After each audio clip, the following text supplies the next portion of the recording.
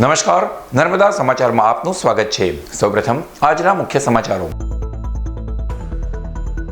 નેત્રંગ ચાસવડના કસ્તુરબા સેવાશ્રમ આશ્રમશાળા ખાતે રાજ્યપાલની ઉપસ્થિતિમાં પ્રાકૃતિક કૃષિ પરિસંવાદ યોજાયો। ધેનુ ગીર ગૌશાળા અર્પણ હોલ તથા ઔષધ બાગનું લોકાર્પણ આચાર્ય દેવવ્રતજીના હસ્તે કરાયું। ગુજરાત પોલીસ જાસૂસી કાંડમાં બુટલેગર નયન બોબડાના જામીન કોર્ટે ફગાવ્યા। ભરૂચ જેલમાં રહીને પણ બોબડાએ 2 જેલ ઝડપી અધિકારીઓના એલસીબી કોન્સ્ટેબલ મયુર અને અશોક પાસેથી 117 વખત લોકેશન મેળવ્યા। સરકારી વકીલ પીબી પંડ્યાની દલીલોને ધ્યાનમાં રાખી ભરૂચ સેશન્સ જજે કુખ્યાત બુટલેગરના જામીન રદ કર્યા। અંકલેશ્વરમાં ખાડાઓથી બદનામ બનેલ પિરામણ માર્ગ ઉપર અનોખા બેનર લગાવી વિરોધ। પ્રધાનમંત્રી સડક યોજનાના બેનરમાં બિસ્માર માર્ગના ફોટા જોવા મળ્યા। અનોખું બેનર કોણ લગાવી ગયા તેનાથી સૌ કોઈ અજાણ।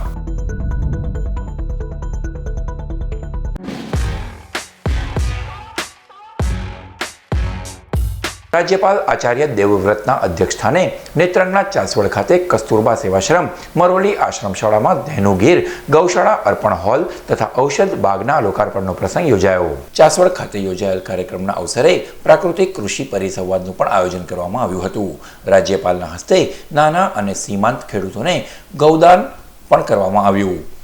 પ્રાકૃતિક કૃષિ પરિસંવાદમાં રાજ્યપાલ શ્રીએ સંબોધનને બદલે ઉપસ્થિત કૃષિકારો સાથે પારસ્પરિક સંવાદ સાધીને રાસાયણિક અને જૈવિક ખેતીને બદલે પ્રાકૃતિક કૃષિથી થતા લાભાલાભ વિશે વિસ્તૃત માહિતી આપી હતી।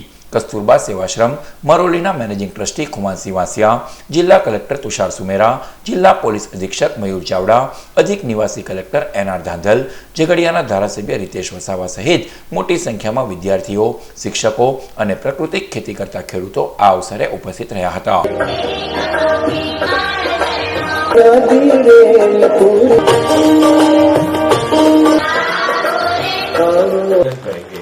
ગુજરાત પોલીસને હચમચાવી દેનાર ભરૂચ અને વડોદરાના 2 કુખ્યાત બુટલેગરો દ્વારા ભરૂચ લોકલ ક્રાઇમ બ્રાન્ચના 2 કોન્સ્ટેબલો મારફતે પોલીસની કરાવાતી જાસૂસી કાંડમાં 11 મહિના બાદ પોલીસ ગિરફ્તમાં આવેલા નયન બોબડાના જામીન કોર્ટે ફગાવી દીધા છે।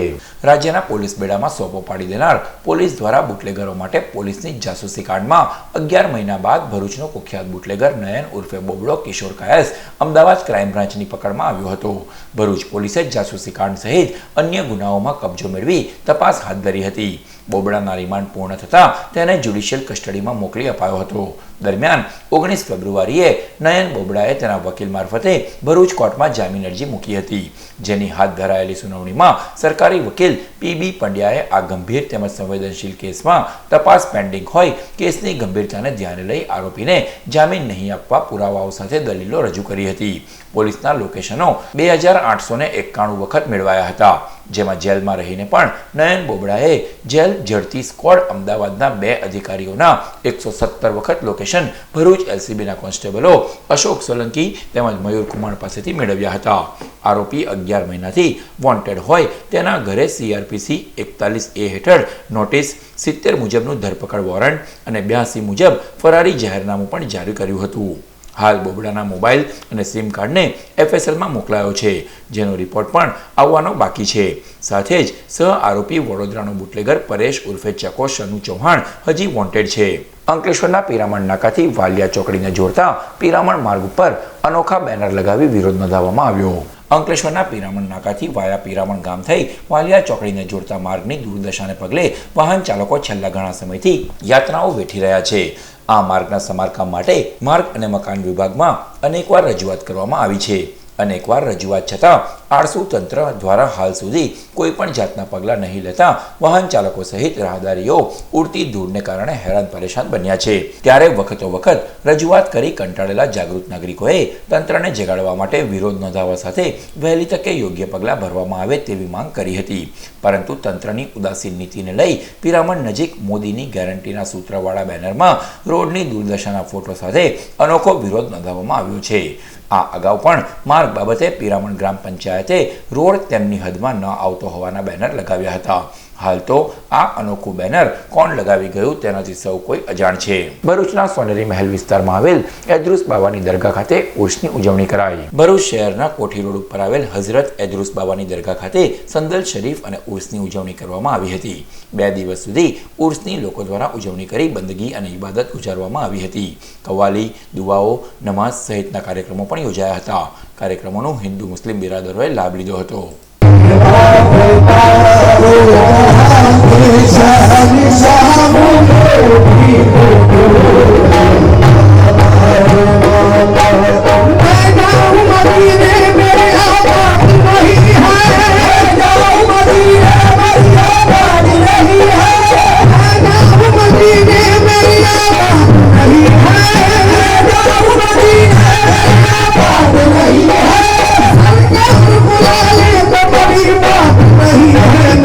ભરૂચની ભોલાવ ગામની પ્રાથમિક શાળા ખાતે રંગારંગ મનોરંજન કાર્યક્રમ યોજાયો. ભરૂચ જિલ્લા પંચાયત શિક્ષણ સમિતિ સંચાલિત ભોલાવ ગામની પ્રાથમિક શાળાના પટાંગણમાં રંગારંગ મનોરંજન કાર્યક્રમ યોજાયો, જેમાં શાળાની વિવિધ પ્રવૃત્તિઓમાં શ્રેષ્ઠ દેખાવ કરનાર શાળાના વિદ્યાર્થીઓને ઇનામ વિતરણ કરવામાં આવ્યું, જ્યારે શાળાના બાળકોએ વિવિધ સાંસ્કૃતિક કૃતિઓ રજૂ કરી. આ કાર્યક્રમમાં ગામના સરપંચ, ડેપ્યુટી સરપંચ તેમજ વાલીઓ, શાળા પરિવાર ઉપસ્થિત રહ્યો હતો.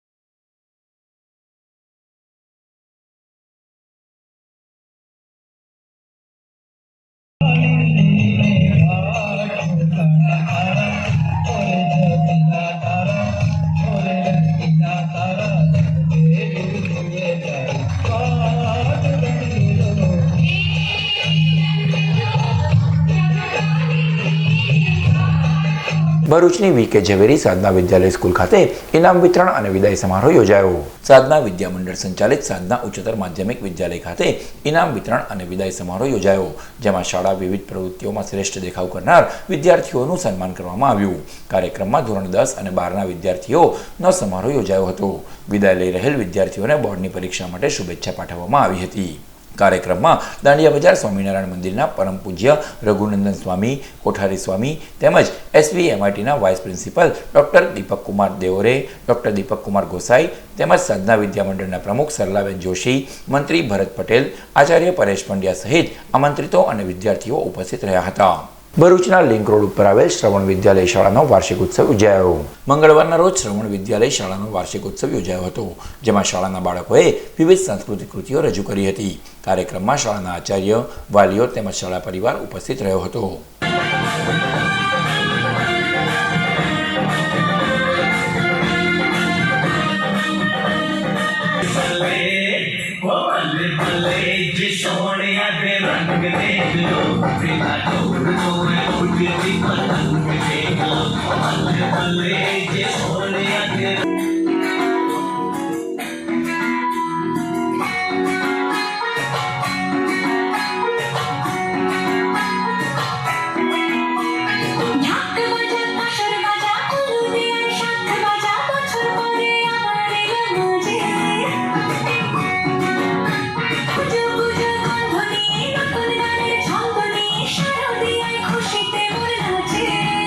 ભરૂચના મનુબર રોડ ઉપર આવેલ VCT ગર્લ્સ સ્કૂલ ખાતે નેશનલ સાયન્સ ડે નિમિત્તે સાયન્સ પ્રદર્શન યોજાયું. વલ્લી ચેરિટેબલ ટ્રસ્ટ સંચાલિત કન્યા શૈક્ષણિક સંકુલ સ્થિત VCT ગર્લ્સ સ્કૂલ ખાતે નેશનલ સાયન્સ ડે નિમિત્તે સાયન્સ પ્રદર્શન યોજાયું, જેમાં શાળાની ધોરણ 9ની વિદ્યાર્થીનીઓએ તૈયાર કરેલ ચંદ્રયાન, એસિડ વર્ષા સહિતના વિવિધ પ્રોજેક્ટ્સ પ્રદર્શન અર્થે રજૂ કરાયા.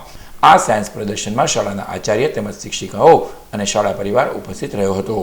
અમારી ગર્લ્સ સ્કૂલમાં VCT ગર્લ્સ હાઈસ્કૂલમાં પ્રાંગણમાં સાયન્સ ડે પ્રદર્શન યોજવામાં આવ્યો હતો, જેમાં 9મા ધોરણની વિદ્યાર્થીનીઓએ જુદા જુદા વિષય પર કુલ 16 પ્રોજેક્ટ્સ રજૂ કર્યા હતા, જેમાં ચંદ્રયાન, પ્રદૂષણ, એસિડ વર્ષા જેવા જુદા જુદા પ્રોજેક્ટનું પ્રદર્શન કર્યું હતું.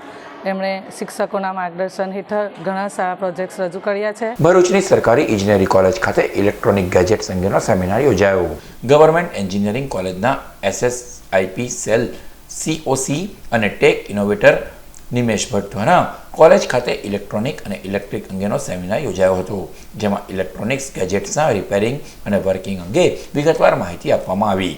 આ સેમિનારનો કોલેજના 150 જેટલા વિદ્યાર્થીઓએ લાભ લીધો. સેમિનારમાં કોલેજના Acharya doctor PP Lodha, VY Doshi તેમજ કોલેજના પ્રાધ્યાપકો ઉપસ્થિત રહ્યા હતા.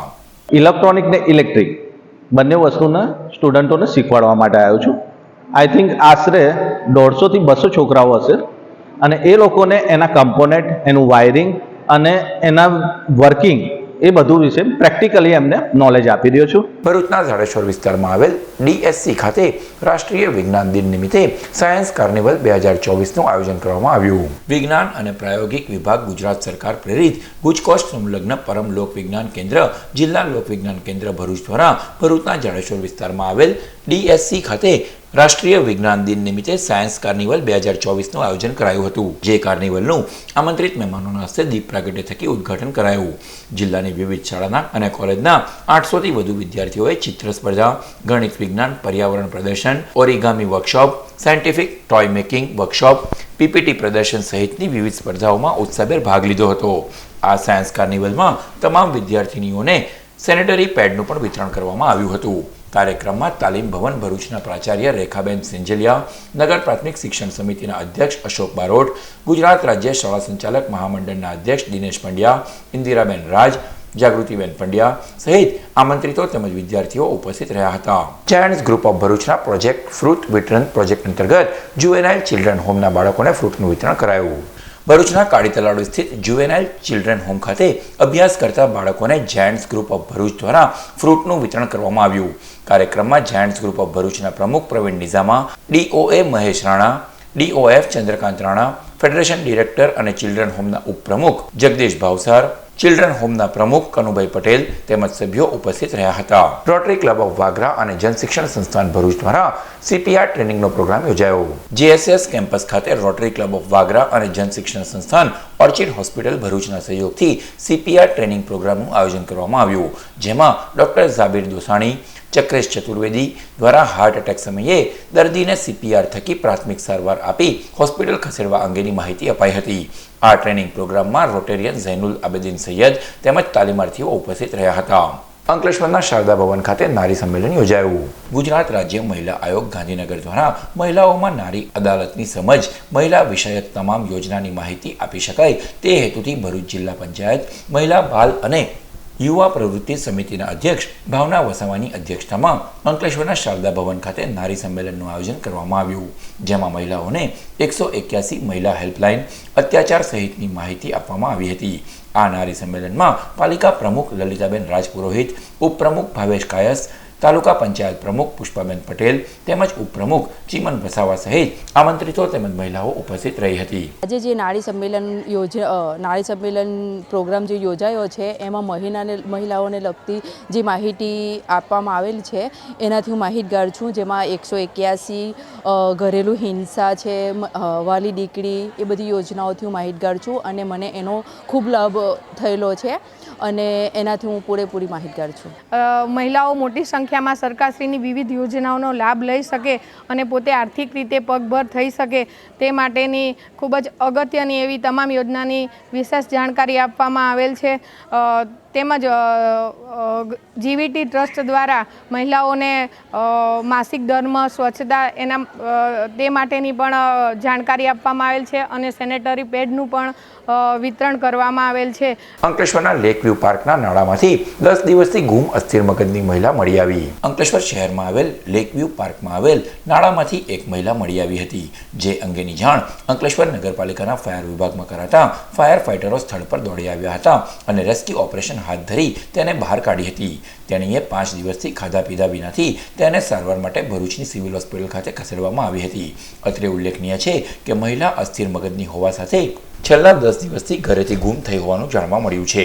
આ મહિલા 23 વર્ષમાં 20થી વધુ વાર અચાનક ગુમ થઈ જતી હોવાનું પણ જાણવા મળ્યું છે. ભરૂચના સાયકલિસ્ટ શ્વેતા વ્યાસ અને વિવેક પટેલે અમદાવાદ ખાતે ભાજપના સોશિયલ મીડિયા ઇન્ફ્લુએન્સર મીટમાં ભાગ લીધો. લોકસભા ચૂંટણી 2024 અંતર્ગત પ્રદેશ સોશિયલ મીડિયા વિભાગ દ્વારા ગત રોજ અમદાવાદ ખાતે સોશિયલ મીડિયા ઇન્ફ્લુએન્સર્સ મીટનું આયોજન કરવામાં આવ્યું હતું, જેમાં રાજ્યના અલગ અલગ શહેરોમાંથી સોશિયલ મીડિયાના સભ્યોએ ભાગ લીધો હતો. જે મીટમાં ભરૂચના શ્વેતાબેન વ્યાસ, વિવેકભાઈ પટેલ પણ ઉપસ્થિત રહ્યા હતા. જે મીટમાં પ્રદેશ અધ્યક્ષ CR પાટીલ અને ગુજરાત પ્રદેશ સોશિયલ મીડિયા ઇન્ચાર્જ મનન દાનીએ સોશિયલ મીડિયાના ઇન્ફ્લુએન્સર્સોને માર્ગદર્શન આપ્યું હતું. CR પાટીલે અમને નરેન્દ્ર મોદીજી સરના વિઝન વિશે જાણકારી આપી કે નરેન્દ્ર મોદીજી આપણા ભારતને આવતા 5 વર્ષમાં કઈ જગ્યા પર લાવવા માંગે છે અને ભારતીય જનતા પાર્ટી અને આપણે બધી ભારતની જનતા મળીને કેવી રીતે મહેનત કરીને આપણા ભારતને આગળ લાવી શકીએ છીએ અને કેવી રીતે આપણા દેશનો વિકાસ થઈ શકે છે એ વિશે માહિતી આપી. ભરૂચ જિલ્લામાં 2 વર્ષમાં 25,110 ખેડૂતોને વીજ બિલમાં રાહત પેટે 181.85 કરોડની સબસિડી અપાઈ. ગાંધીનગર ગૃહમાં વિધાનસભાનું સત્રનો ગુરુવારે છેલ્લો દિવસ છે.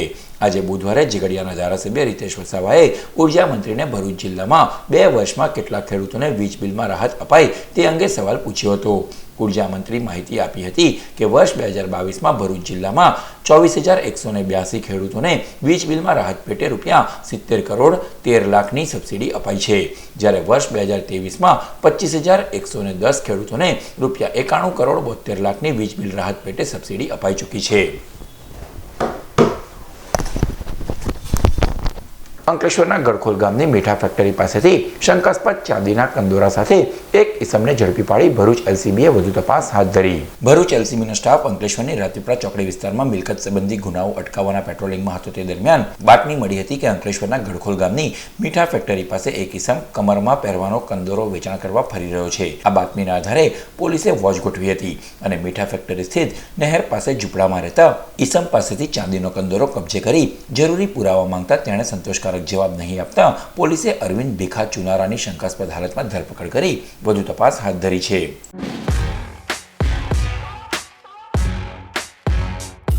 સમાચાર પૂર્ણ કરતા પહેલા મુખ્ય સમાચારો પર ફરી એક નજર.